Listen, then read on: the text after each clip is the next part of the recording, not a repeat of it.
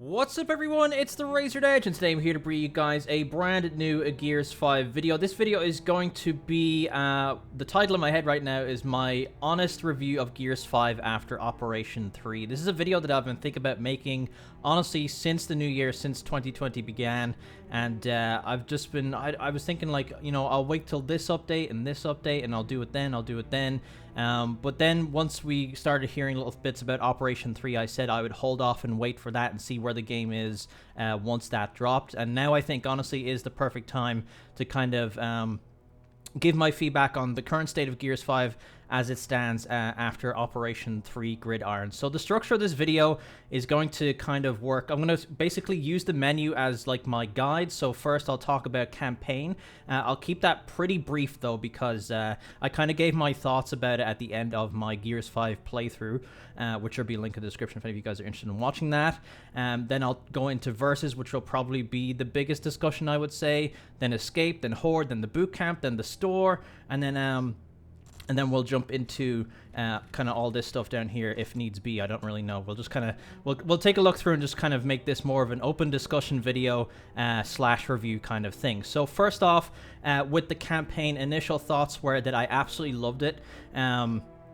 The open world kind of introduction in there was nice. The kind of the throwbacks with you know the old Gears of War theme, seeing Kate's perspective of her side of the story and her ties in with you know, Queen Mira. Like the way I say Gears of War reminds me of Star Wars in a big way, because you have, you know, the Skywalkers and the Palpatines, and in Gears of War you have the Phoenixes and I guess the Diaz family, or Queen Mira's family, and you know, there's the kind of two sides of it. So seeing Kate's perspective was honestly quite refreshing, and but I feel that once we hit the end of it, that her story kind of wrapped up in terms of, you know, the mystery behind it.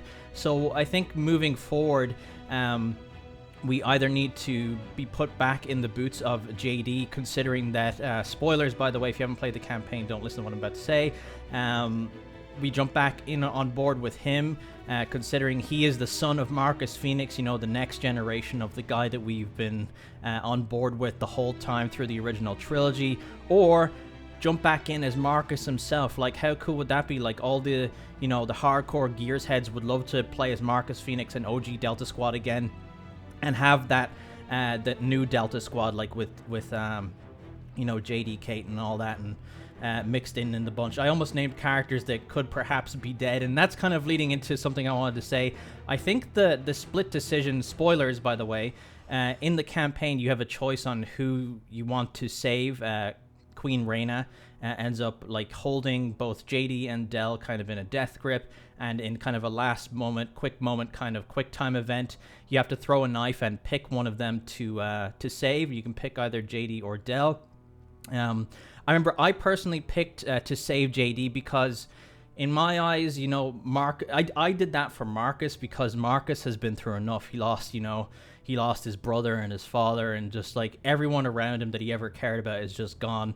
And as well as Anya, like, just thinking about that, like, God, he's lost so much. So just him losing his son as well, I just thought that would be way too much. Plus, in my head, what sold me on the new trilogy when I saw the initial reveal for Gears of War 4 was like, oh, the son of Marcus Phoenix, like, this is the guy, he has to live up to being, you know, the son of a legend. Like, that's such an interesting dynamic. So I would like to see them carry that forward. So honestly, I think the Coalition, if possible, I know that they said recently that they're knuckling down on Gears 5, and Gears 5 is going to be something that they're focusing on for quite a while. I would hope that they would maybe release a campaign DLC that gives the definitive canon version of which character actually lives, because I feel moving into Gears 6, it's just going to create kind of a divide between the fan base. There are people that, you know, would have only cared about JD, like me, because he's the son of Marcus Phoenix. Like, that's what they subscribe to with Gears of War 4.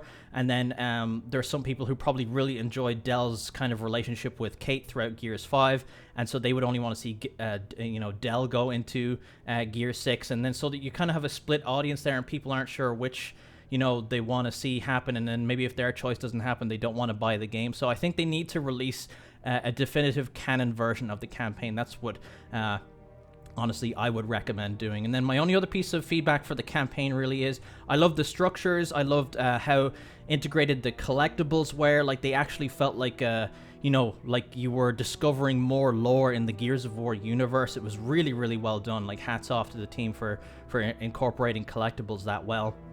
And then my only real negative piece of feedback, besides the kind of maybe the little bit of a turmoil in the story there for fans, would be, I think the open world should have been full of more kind of like roaming swarm, that like each time you travel through, the frozen lakes or the deserts, that you can bump into like kind of encampments of swarm. I know there are small side missions out there, but I mean kind of more dynamic kind of engagements, like a random carrier being out there, or I know the swarm don't have a corpse or counterpart, but something that pounces out from underneath the sand. You're like, oh god, I have to deal with this so I can get past it, that kind of stuff. And maybe that's something we'll see moving into Gear 6, kind of a more in-depth version of that. But besides that, I thought the campaign was really, really well done.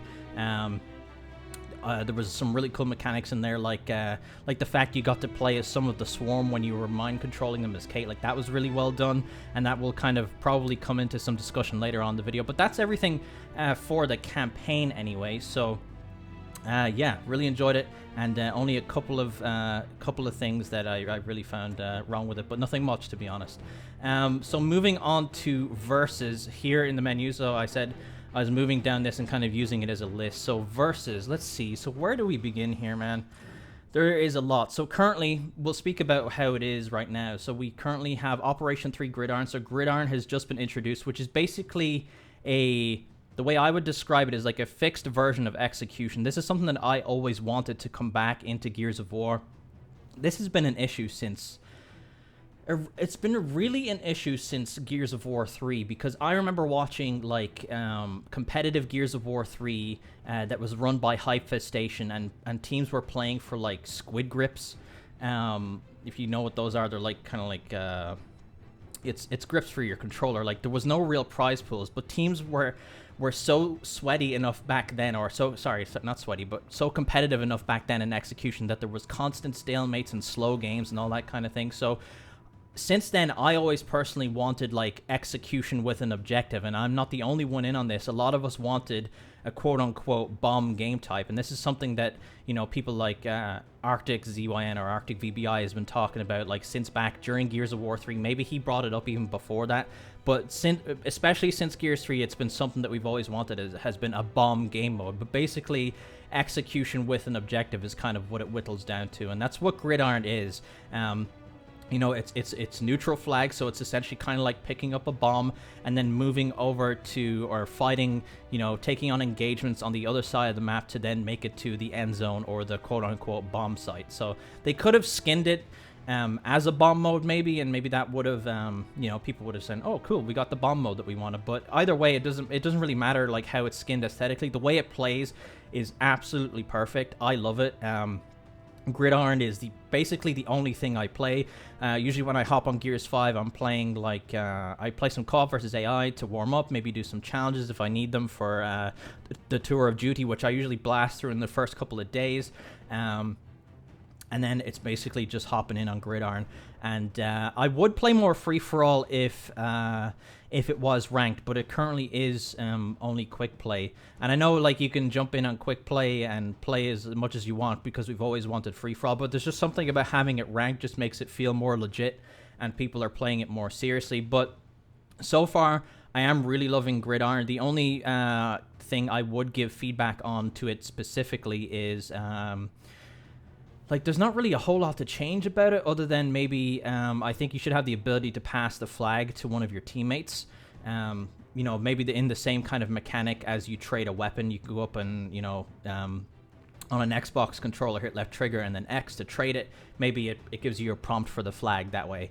That could be a possible thing. And then in terms of when you click on versus here in the menus, you're presented with quick play, ranked, and custom. So custom matches, you have your online and your LANs, so that's there for LAN support for Gears esports and all that.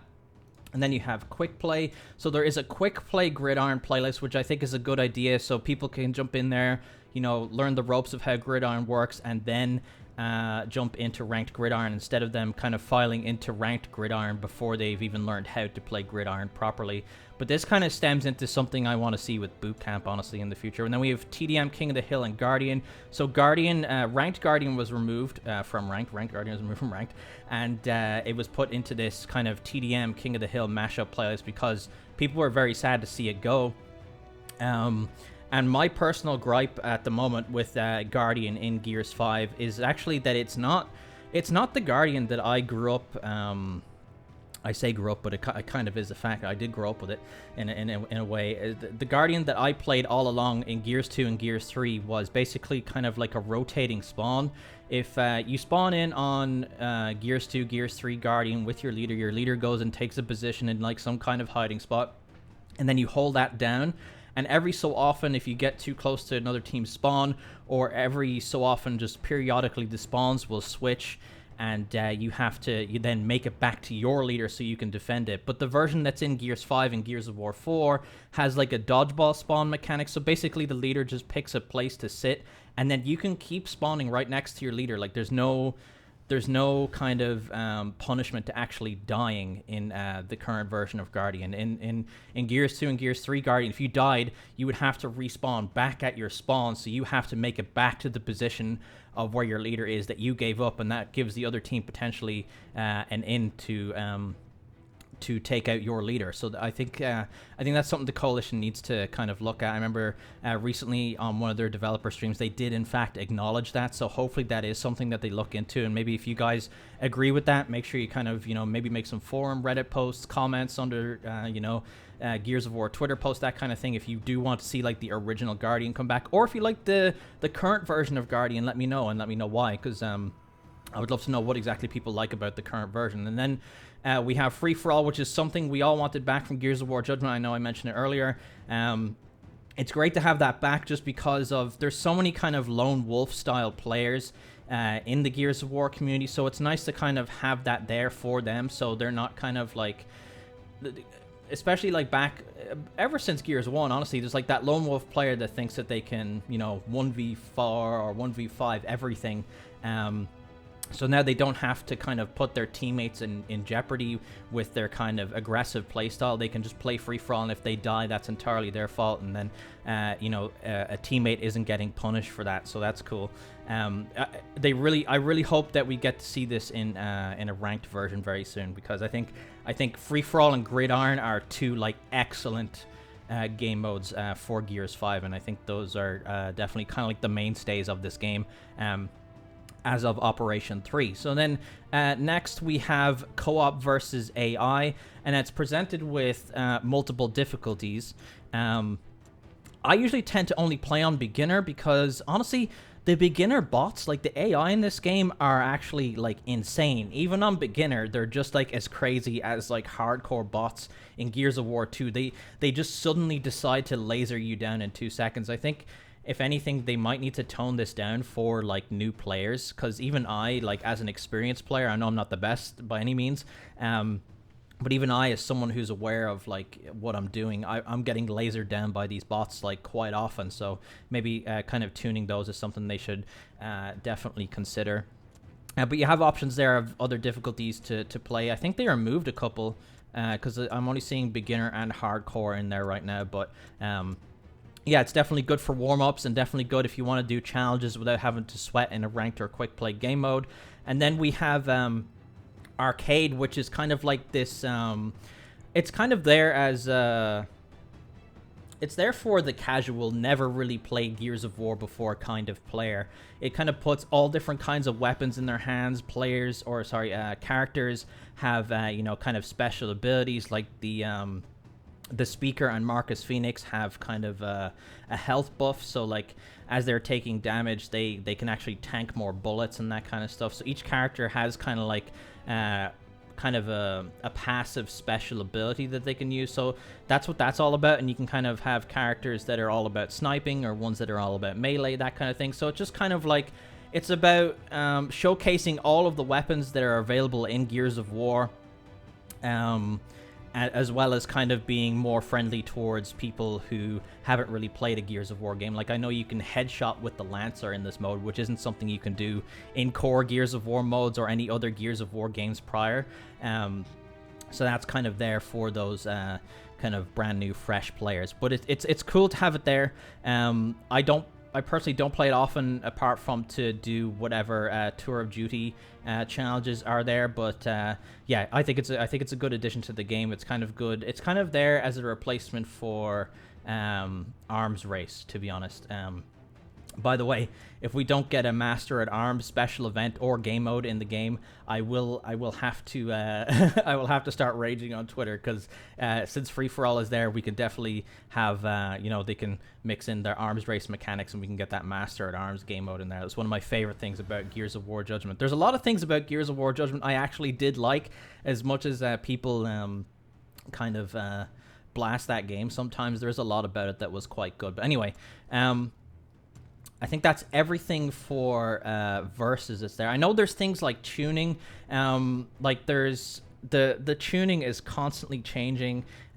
People are constantly having issues with the Gnasher. The way the movement mechanics are right now are quite good. I'm kind of like I wouldn't say Gears 1 purist, because I do like the modern Gears in a lot of ways, but I am kind of someone who would much prefer, if you slide into a wall, that you commit to that wall, and that's your decision, and since you made that decision, you can get punished for it. So you really need to know that that's the position you want to take before you take it. Because I feel like in modern Gears of War, especially since Gears 2, 3-ish, people don't get punished for making silly mistakes. Like, they could roll and then they can just immediately roadie run away from the bad decision that they made, and they don't get punished for it. I think that's not great. I think, like, in Gears 1, if you say you're on Fuel Depot and you rolled out in the middle of the open and someone had a sniper, you were getting headshotted if the other player was a good sniper. Like, it's that kind of stuff that I kind of miss from the original Gears of War. But we'll see where things pan out as we move into the future anyways. But other than that, I think just we really need to figure out where we're going to be at balancing wise. I think the fact that there's so many tuning changes so often is confusing people. I think people eventually, like, they may not like the change at first, but then they get used to it, and then there's like another change, so they get frustrated at the constant change. So I guess just we should try and land at somewhere that's people are happy with, like, a nice happy medium for maybe some of the older Gears of War games. That discussion about the Gnasher is so in-depth. It's so hard for the Coalition to get it right. I completely sympathize with the fact that, like, there's people that want the Gnasher from Gears 1. There's people that want the Gnasher from Gears 2. I personally don't know why anyone would want the Gnasher from Gears 2, especially Title Update 6. But anyway, we have people like that. And then we have Gears 3, Gears Judgment. People say Gears Judgment is probably the best Gnasher, and I agree to an extent with the damage. But the way it acted around cover with third-person mechanics was quite strange. But the damage value seemed pretty good. So, but yeah, I think that's pretty much everything for multiplayer. Like, in terms of weapons, I love the way the Longshot plays. I'm still 50-50 on if I like the Longshot crosshair or not. I do like the old classic diamond shape from Gears 1 and Gears Ultimate Edition. It would be cool if we had the option to put that on if we wanted to.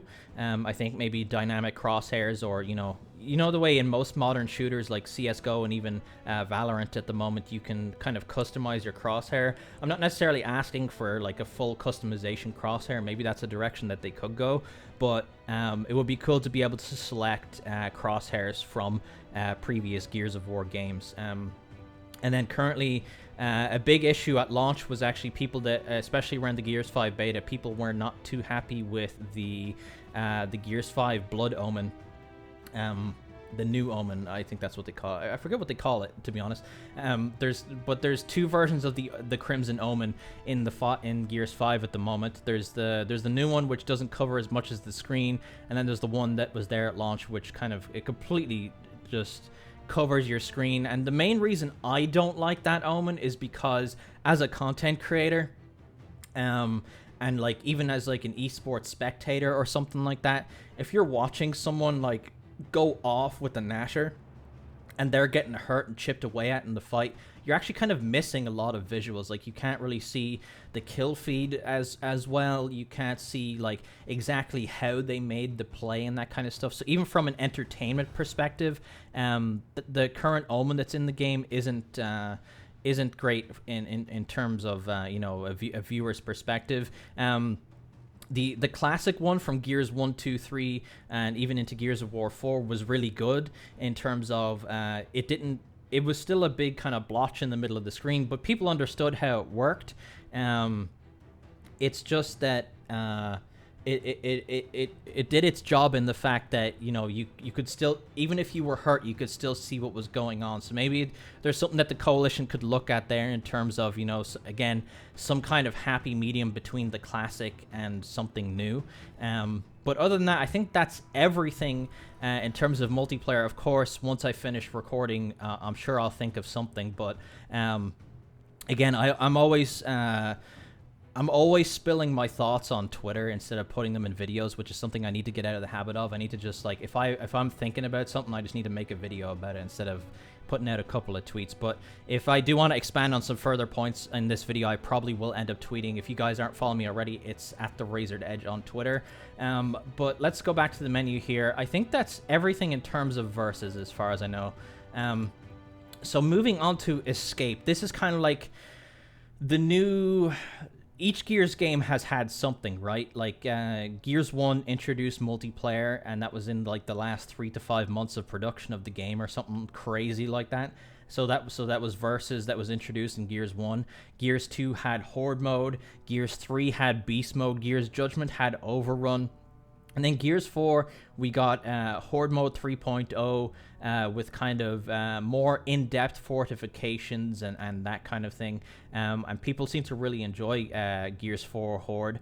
And I'll try not to talk about Horde here. I'm trying to keep on track with the menu here. But then I know we didn't get a unique mode in Gears of War 4. At least I don't think. I'm recording this completely on the fly with no script, so please forgive me if I've skipped over something in Gears 4. But as far as I can remember, there was nothing in Gears 4 that was kind of like a brand new mode like that. I guess Escalation, but that is just like a versus game mode. But Gears 5, it's kind of premier new game mode is Escape, and to be honest, this like is really, really good, and they feel like kind of mini raids. Like if you guys play games like The Division or Destiny, that kind of stuff, it feels like you're advancing through a big level to then end up at a boss fight in the final room, and then you make it to the end to extract, and along the way you can find new weapons and that kind of thing to collect to make the run easier. Your characters have special abilities through the card system that's in the game, and it's really, really well done.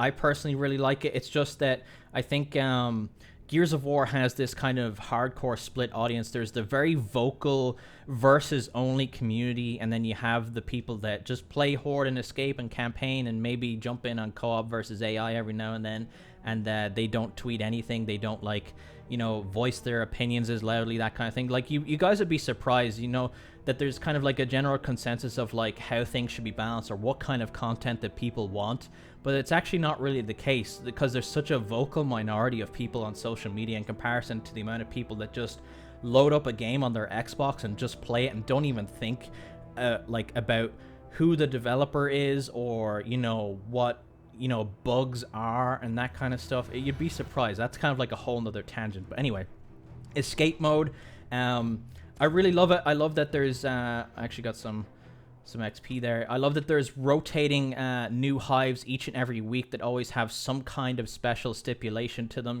There could be like an invincible fast scion that's chasing you throughout the levels, so you have to make it to the end before he gets up on you, or there's just multiple wardens that you have to trap in a room or something. You have to make it to each escape room. Or there's like modifiers like super fast venom, so you have to be really on your toes and really efficient at moving forward. These honestly, like I said, are like mini raids. And then there's There's also a map sharing mechanic here, which people do not really use. This is kind of like going to be... the Coalition recently announced that they're kind of moving away from developing tiles for this, that people can build, custom escape maps, because people aren't really using the feature. And they were also going to use the map builder to be a versus multiplayer map builder as well. So I'm not sure if that's still coming or not. I think it is. It probably just won't be as maybe as in depth as they wanted, because the demand now is that people want to see more multiplayer maps. Like, that's probably something I should have spoke about in the versus segment of this video, is that people want to see, you know, Gears of War 4 set an expectation. I think was there 2 maps every month? Is that what it was? And then there could have been more. And that's what people want. Like, there was usually a new map and a remake, or 2 new maps or 2 remakes, you know. I know people want to see more brand new maps. And, like, as of Operation 3, we do have a couple. Like, we've All Fathers Arena, and we have Panahu, I want to say that's the name, or Panahu. Yeah, it's something like that. Please forgive me for butchering that. But it's basically, we have a forest kind of swamp map, and we have kind of a Coliseum arena map that's been introduced. And then we have a couple of old maps that have been brought in, Canals being one of them. But basically, this map sharing feature is kind of like, it's probably not going to go any further, to be honest. Escape mode is kind of basically the main attraction in this tab here, and then you can obviously go into past hives and see what else has been there. I think they put like random past hives in here that you can still maybe like earn rewards for and that kind of thing. And yeah, there is special rewards for these, by the way. If you guys didn't know, I think you hit leaderboard, and there's actually skins here that you can earn. This is a whole nother thing, but I guess, like, since this is just kind of like an offhand discussion, I'll just talk about it now since we're here.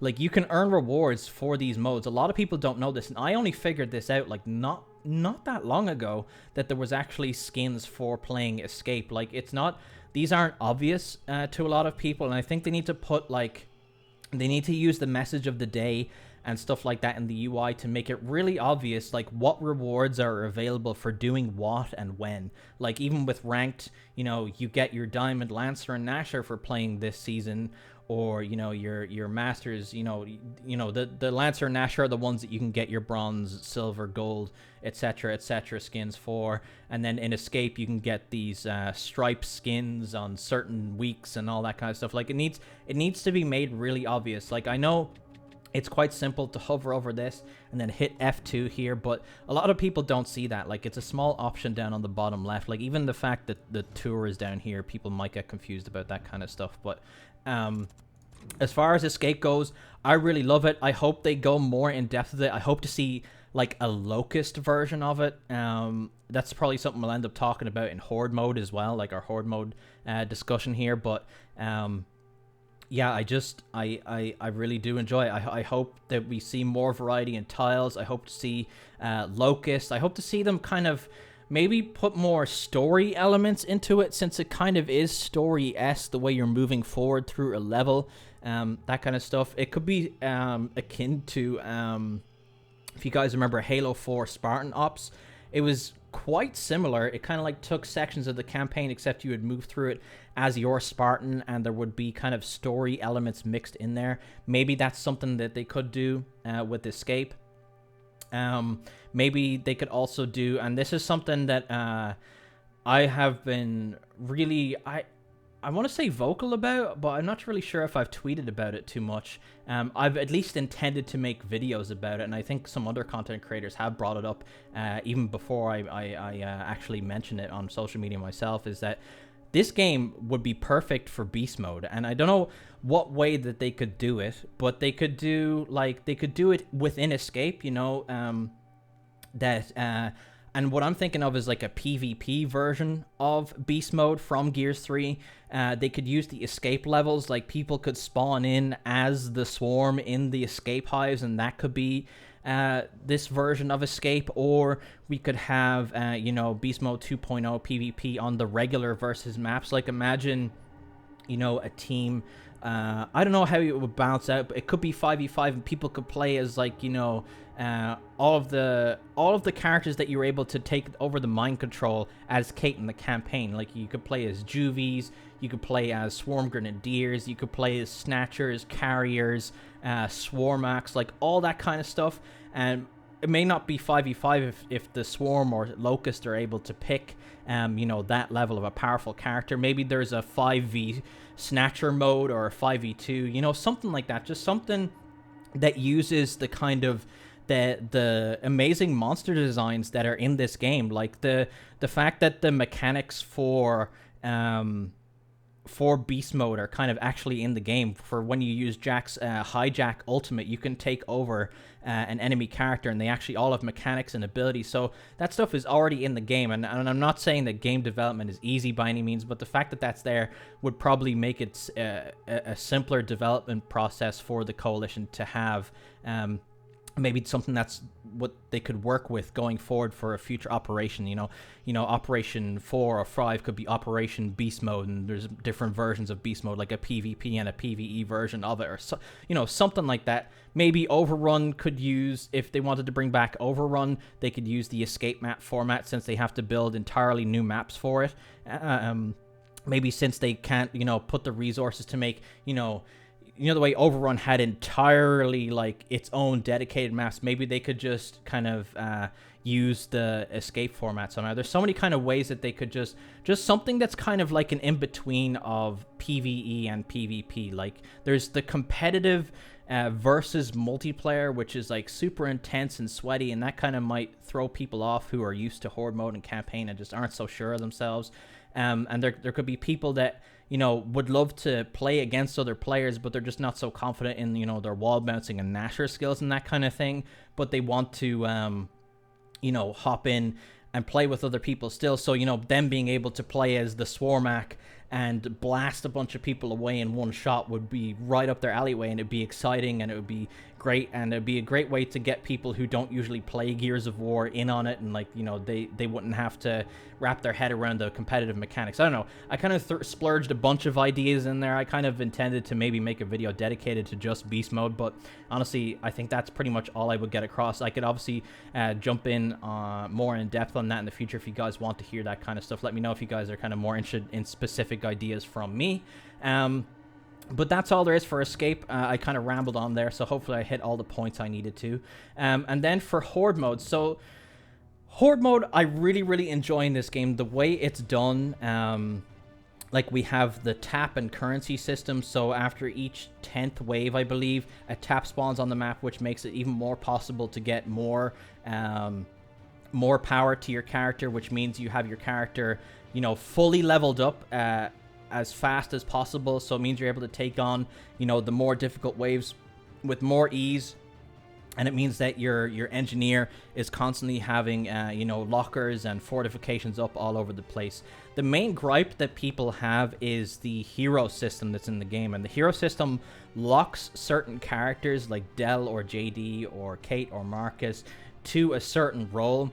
And the problem with that is that in Gears of War 4 and previous Gears of War games, it was established that, you know, you could play as whatever skin you wanted, like whichever skin kind of represents you the most, and whichever skin you're kind of like the most invested in, whichever character you're most invested in the Gears of War universe, you could play that character as whatever role you wanted. So you could be an engineer as Baird. I know he is an engineer in this game. Or you could be a sniper as Baird, or you could be, you know, a sniper as Bernie, or, you know, just however you wanted to do it. You could be an assault kind of class as Marcus, or an engineer as Marcus. You know, you don't have to be locked down to being a certain kind of role. But I do entirely understand the system that they have in the game of the hero system, and the hero system is well done.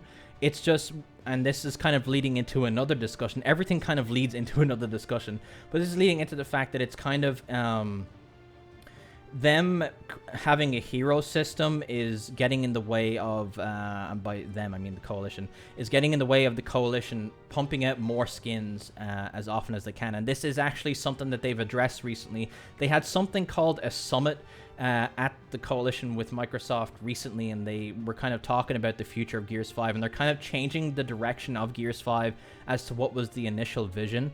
I don't know if they intend to change the hero system from Horde mode. They might do, because they could easily, I keep saying easily, but please pardon me when I say that. I know development isn't easy, but what I mean is that, you know, they could take the classes and make them entirely separate to the characters. So that means the coalition can pump out skins, which I think is the point that I was trying to make, is basically in order for the coalition to pump out, you know, a character that is a hero and is a certain type of role in PvE modes, they need to get the voice actor to get all the voice lines in. They need to create abilities that are kind of maybe resemble that character in the campaign, and they need to think of all kinds of like balancing around that particular character.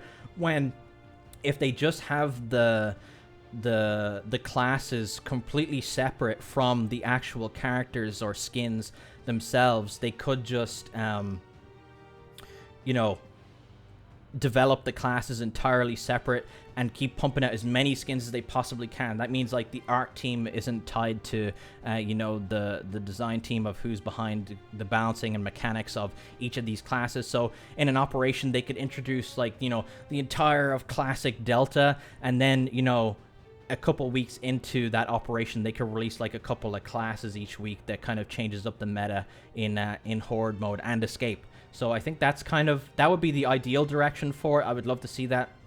And like I mentioned in the Escape portion of everything, I would like to see them introduce Locust into Horde mode as well.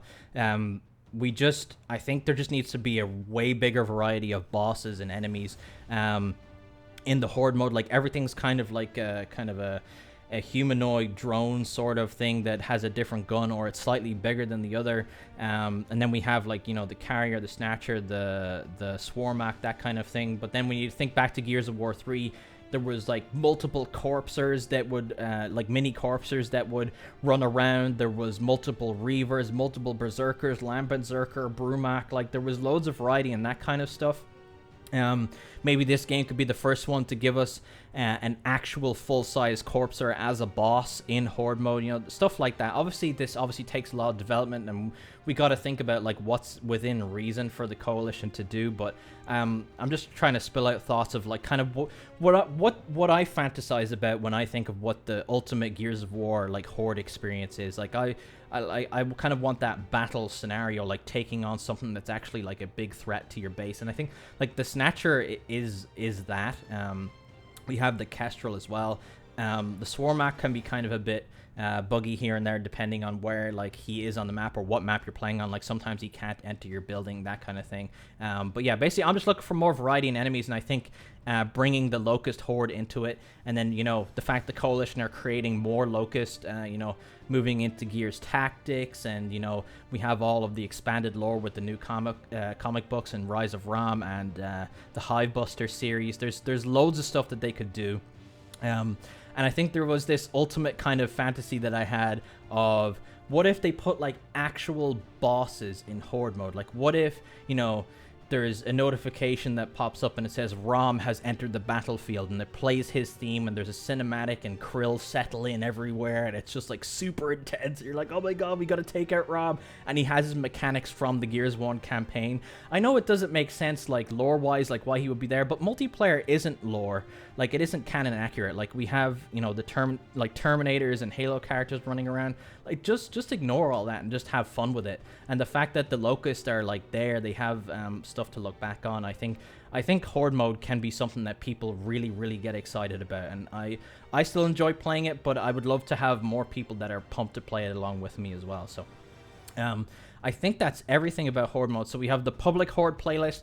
Oh, another idea actually is that, wouldn't it be great if there was actually like a sort of a ranked Horde playlist? A lot of people's biggest issue with public Horde is that people kind of join it, and then once they've played one or two waves, you know, they may not people don't, there's a lot of casual players that just don't think about the fact that there's 4 other players there, and then they leave because they're like, oh, I gotta go eat, or I gotta go to work, or something like that, you know what I mean? So I think there should be like some kind of ranked Horde playlist that, you know, players who really want to commit to doing 1 to 50, like that's the place they go. And then there's like a quick play Horde playlist where people can drop in and out as they please. Like I think that the playlist that's here should you know, be a drop in and out, like people can join in like, you know, halfway through or whatever. I'm not sure if it already does that or not. And then Horde Frenzy is obviously it's a 12 round Horde variant, which a lot of people do stick through, but people do drop out of that as well. But a ranked Horde mode honestly would be good, and I don't know how that would be measured. Maybe through leaderboard times, or, you know, the amount of points scored, but just something to kind of show that these players like commit to Horde mode. And when you're in a lobby with someone, maybe there's something that signifies that you know, this person sticks around for 1 to 50s a lot, something like that. There just needs to be something to kind of encourage people to stay and reward the people that do, is basically kind of my thought process on that. But I think that's everything for Horde mode as of now. So next up here is actually Bootcamp. So I thought this was a great idea. This is something that I wanted back from Gears of War 2. Gears of War 2 had training grounds, and I was a bit disappointed in some ways, but I will get into that. So Bootcamp is, there's no like kind of inner menu, but basically Bootcamp is, you know, the main tutorial teaching you all the basics of Gears 5. If you've never played before, it teaches you how to move, how to shoot, how to take cover, how to vault cover, how to execute, how to shoot, you know, all that kind of stuff. There's and even like I think it lets you learn the CQC mechanics and all that kind of stuff. It even teaches you how to running runs. So it teaches you all the basics you need to know. But what's unfortunate is that it actually, if you boot up Gears 5 for the first time and it puts you into boot camp, you can actually just leave.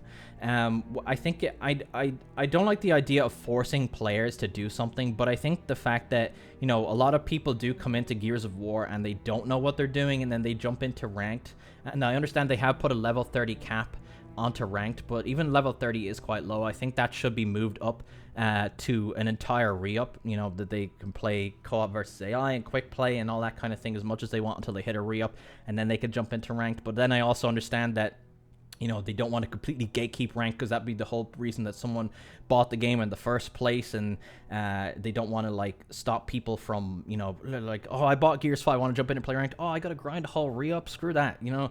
You gotta find that happy medium. Maybe put it up to like level 40, just a little bit more than 30, because it is quite fast to get up to that level. But I would like to see, players that they have to, in order to play ranked, they have to play boot camp. So like next to the ranked mode, it should be locked, which I believe it is if you aren't the right level, and it should have like a checklist next to it. It should like complete boot camp, complete 10 games of quick play or co-op versus AI, and hit level 40, you know, that kind of thing. Like there's like a checklist of things to do before you can enter ranked, because there's a lot of people that enter into like execution and ranked gridiron and stuff, and they don't know what they're doing, and they end up experiencing something that like they're getting rinsed by more experienced players, and then these more experienced players have someone on their team that doesn't know what they're doing.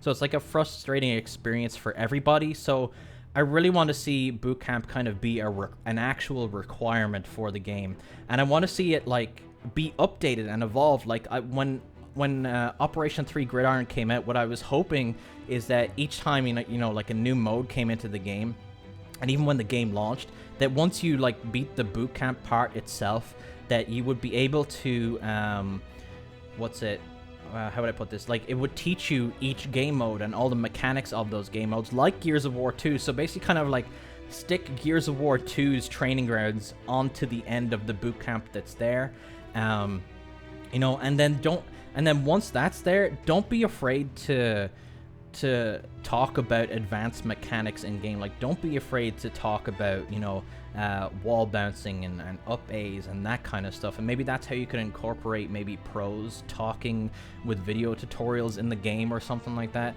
Maybe that's something they don't want to do, but, you know, just they could even have I know they had Node Zero actually left the coalition quite recently, but you know, they had him talking about escalation before the game came out.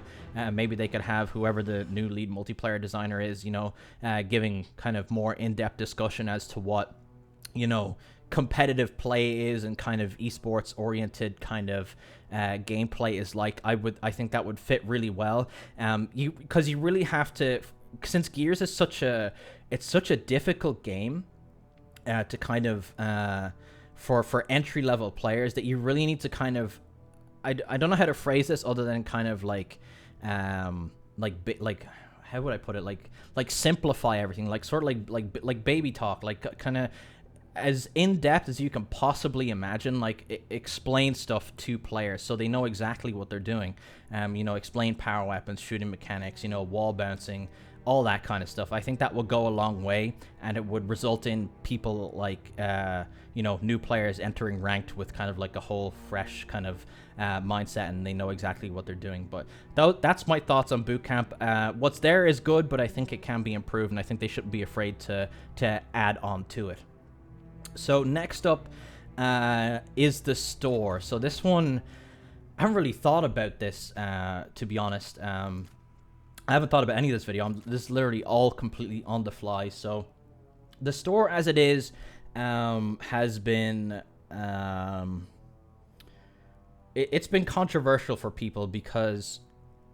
How could I put it? Like, basically, when the Coalition released content into the store, there's no way to earn this content other than to pay actual money. And to people who aren't Gears of War players, that sounds pretty normal. A lot of games do that. But the issue is that in Gears of War 4, it was established that you could earn pretty much every skin that there was, apart from esports-oriented skins, that you could earn all of these skins for free, provided that you grinded credits to open gear packs, to then be met with RNG, which were controversial enough on their own. But I think now that people have experienced the store as it is here, that they actually kind of want the gear pack system back.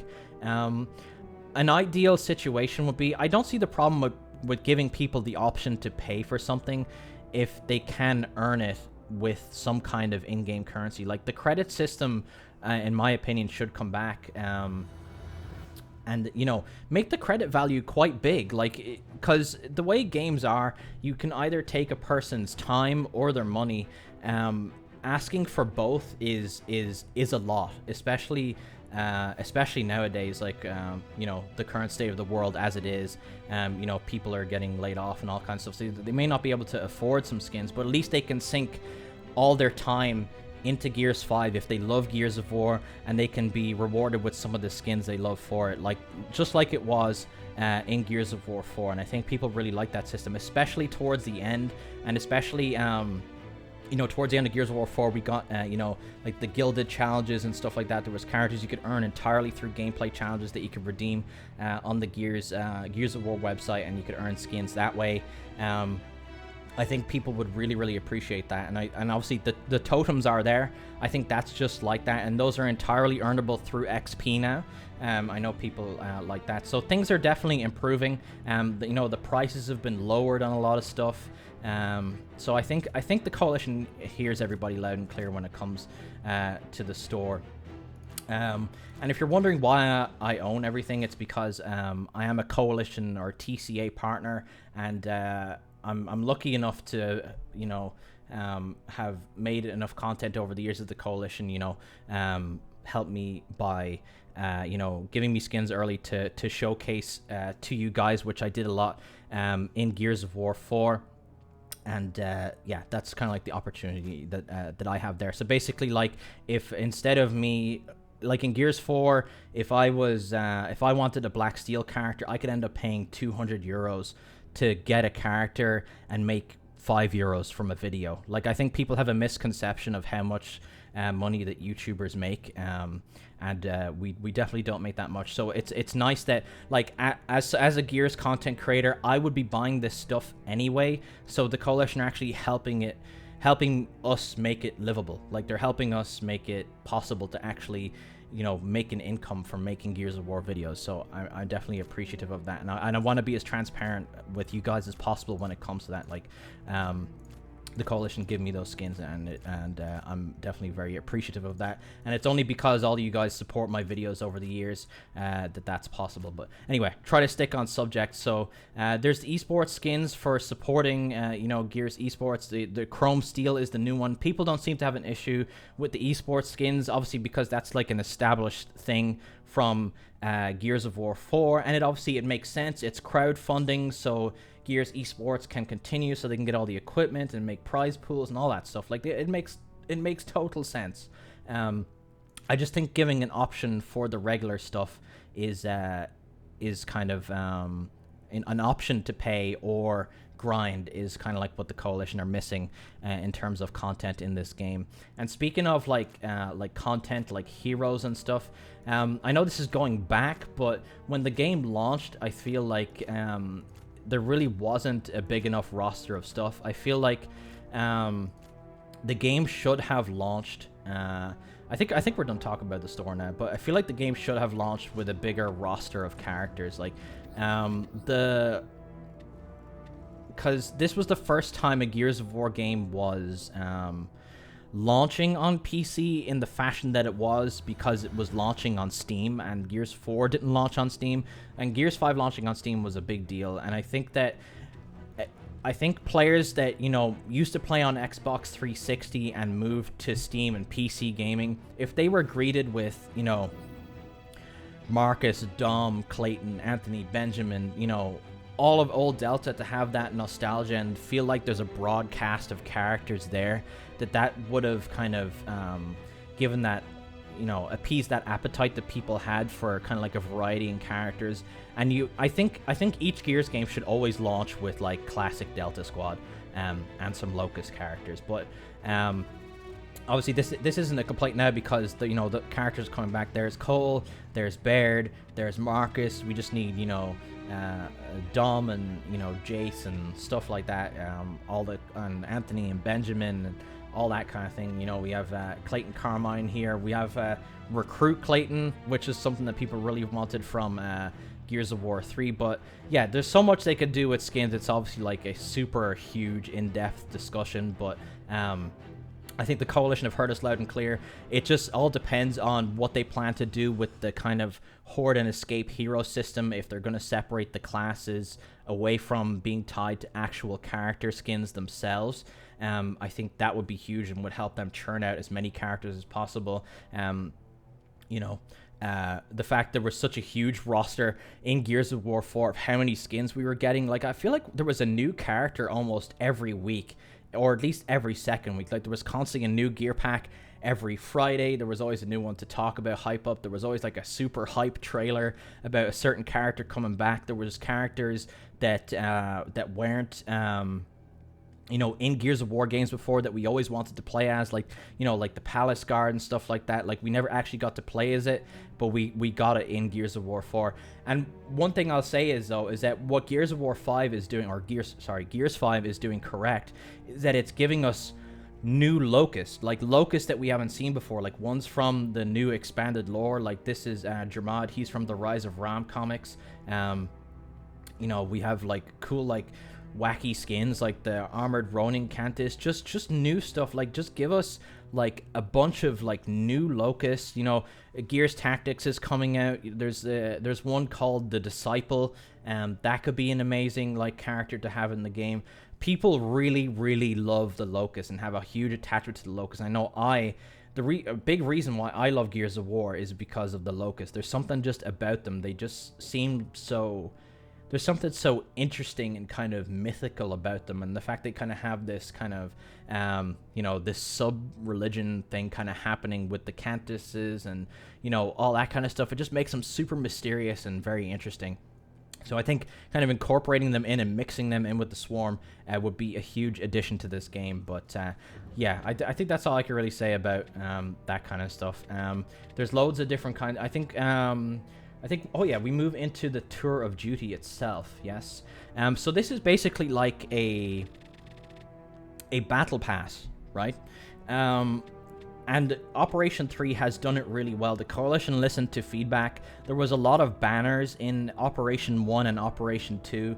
And, you know, it's that a lot of that was filler content. You know, if I'm here in the tour, but then, you know, I end up going up here, I'm not going to want to use a banner that was back here. Do you know what I mean? The only banner you're going to want to use is the one that's at the end. So maybe, you know, at the end they could have one after the final character unlock saying, you know, like, yo, I beat the Tour of Duty already, and that could be your bragging right in game, because people are looking to, you know, plow through the Tour of Duty as fast as possible. And this is also a source of revenue for the Coalition. Like, it's optional to pay to get through this.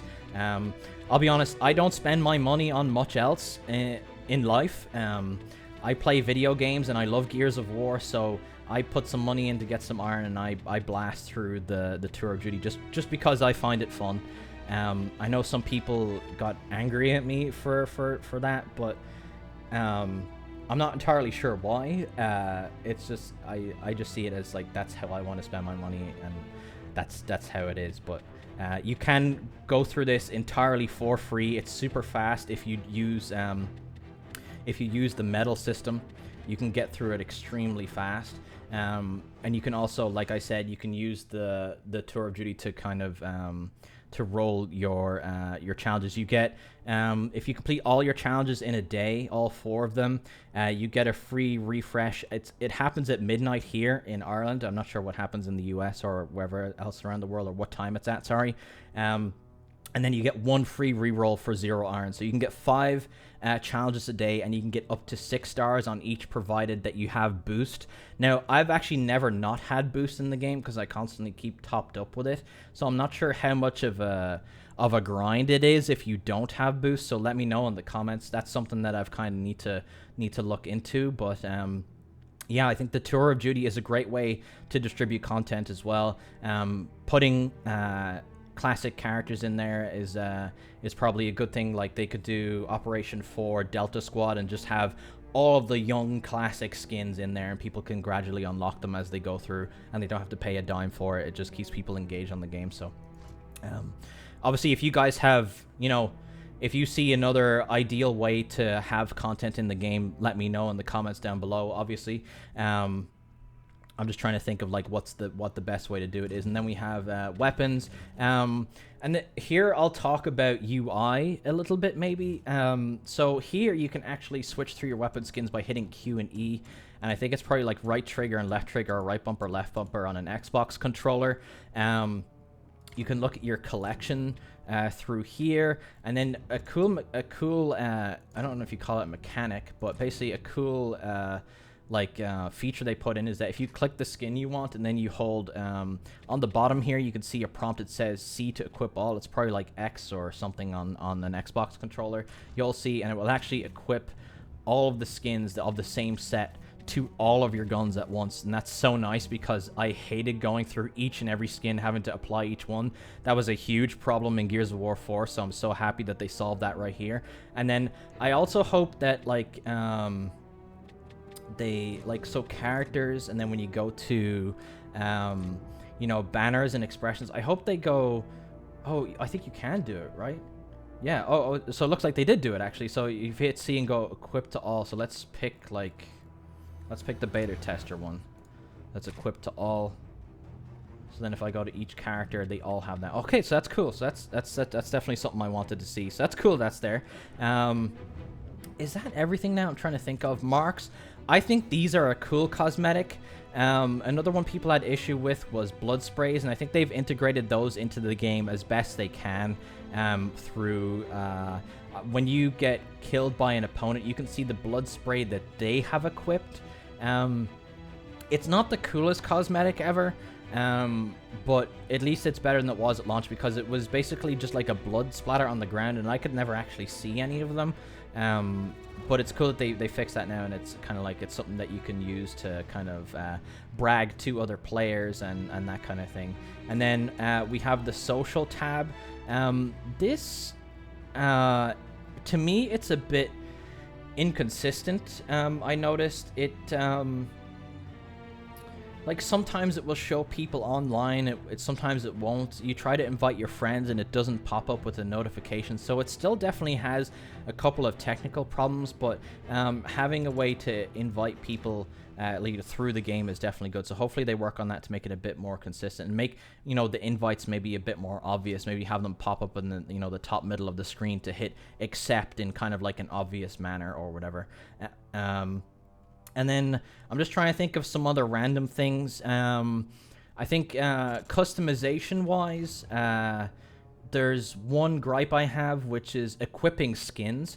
If you're partied up with your friends and they're the party leader, you can't change your skins unless you're actually in the ranked menu, like the actual ranked lobby itself, which is kind of strange. Like, if I go to customize here and click characters, like, if I'm clicking around on these, I'm not setting these as my current character.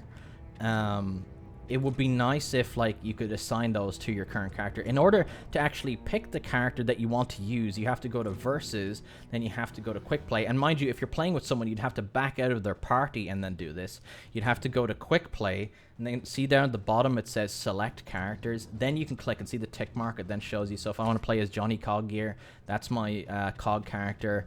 And then, you know, clicking on Queen Mira, that's my Locust character now. So I think they need to make that kind of a bit more kind of front and center and possible to do while you're partied up and you're not necessarily in a ranked lobby. Let's see. I'm trying to see if there's anything else. The news tab in Gears Ultimate Edition and in Gears of War 4, this used to pop up like as you loaded up the game. I think people kind of forget that this bottom menu tab is actually here. It'd be nice if they kind of made this more front and center. You know, I don't know if they're going to shift this menu around or anything like that, but, you know, make it somewhere that you can click, like, on the front end rather than having to kind of, you know, dig in for it. But what's really cool about it is that you can actually read the patch notes and the what's-ups and all the news, like, within Gears 5, which is really cool. Like, I'll hats off for that. Like, that's really cool. You don't need to, like, you know, put your attention elsewhere, go over to your browser where social media is, and then get distracted by something, and then you're not playing Gears 5. I think keeping everything within the game as much as possible is definitely good. So it's cool that this is in there. I just recommend that they put it on the front end somehow. And then, what does the help menu do? This explains everything in the game. Actually, that's something I haven't really looked at, to be honest. It kind of gives you a brief blurb of what everything is. So the more you can explain, the better, I always say. So that's cool that all that's there. It gives you an explanation of each and everything. There's the settings menu. Oh, yes. So I am a PC-centric gamer now. Like, I play Gears 5 entirely on PC. The game has had some issues. There's ongoing issues with with certain sets of AMD graphics cards. That's not necessarily the coalition's fault. That's all down to AMD. The same problem happened in Gears of War 4 with Nvidia. It's just something to do with their drivers that are just bugging out the game somehow. I'm not going to pretend like I know the lingo of what exactly is happening, but something is going on with their drivers, with AMD, and with certain graphics cards that's making the game, you know, lose frames and crash and all that kind of stuff. So hopefully, you know, the Coalition, they're pumping out Gears Tactics very soon. So that kind of indicates to me that they're very serious about PC gaming. So hopefully they kind of, you know, look at optimizing Gears 5 even more for PC. Like, my current issue, I know people have a lot worse issues than I have. Like, they full-blown crash and black screen and blue screen and all kinds of stuff. Currently, after about an hour and a half of playing, for me, I start dropping frames. Like, I have a 144 hertz monitor, and once after about an hour and a half of playing, I drop down to like 60, and then it goes way below. Like, I have to restart the game about every hour and a half to 2 hours in order to kind of keep that 144 frames per second kind of smooth experience. But obviously I'm trying to figure out, like, if there's some kind of winning combo of settings here.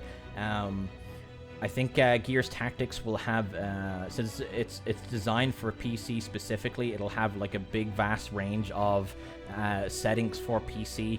Maybe they can kind of work with, you know, I don't know if it's splash damage that's doing that stuff. Maybe it is. Maybe they can work with splash damage to help kind of optimize Gears 5 on PC a bit better and kind of get things smoothed out. But and I play Gears 5 on Steam as well, and to me it seems like it runs better on Steam. I think there's like an issue with the Windows Store, and this goes for all Windows Store games, where they kind of run in it says that the game is full screen, but it's not actually. It's like simulating a full screen, but it's actually like some kind of windowed mode, and I think that's impacting the performance of a lot of Microsoft games. So hopefully that's something that they end up looking into in the future. But a lot of games are coming to Steam now, and as far as I can tell, Gears 5 actually does run better on Steam. So if you're going to pick it up, it goes on sale quite often for like 30 euros, $30, that kind of thing. So maybe keep an eye out for one of those. If that's out of your price range, you can always get it with Game Pass for PC for like $1. A lot of people go that route, and you can experience the campaign that way. And then maybe if you enjoy it, and maybe you're running into some issues with the Windows Store, you can always pick it up on Steam when it goes on sale. That's the way I would recommend going about it. But as far as everything there, I think I've touched on everything. If I've missed anything, I can always make a part 2, or kind of wait until the next operation to kind of to run through stuff. I'm sure there's probably something that I just have completely skipped over that players are constantly talking about. I did touch on balancing, which is something I didn't go too in-depth in on, just because I'm not going to pretend like I'm an expert on balancing and all that kind of thing. But I just think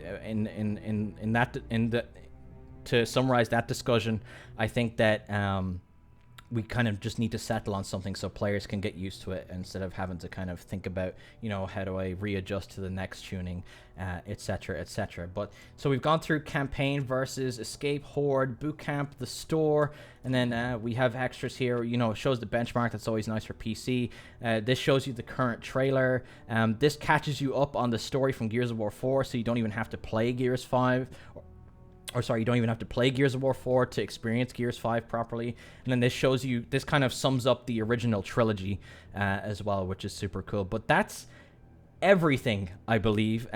This was like an on-the-fly discussion. I had debated on making this video for such a long time, how I'd approach it, if I would script it and try to be super exact. But I think just kind of spilling my thoughts in the moment probably is the best way to do it. But let me know what you guys think in the comments down below. Is there anything that I missed? Hopefully there wasn't. Is there anything you want me to touch on in the future? Is there any kind of part of Gears 5 you want me to make content on in particular? Let me know in the comments down below. But if you guys enjoyed the video, be sure to drop a like, subscribe to my channel for all future Gears of War related content, Gears 5, Gears Tactics, all classic Gears of War games. I want to start revisiting some older games as well. You know, maybe some PC mods, depending on if Gears Tactics gets mod support or Gears 5 ends up getting mod support at some point.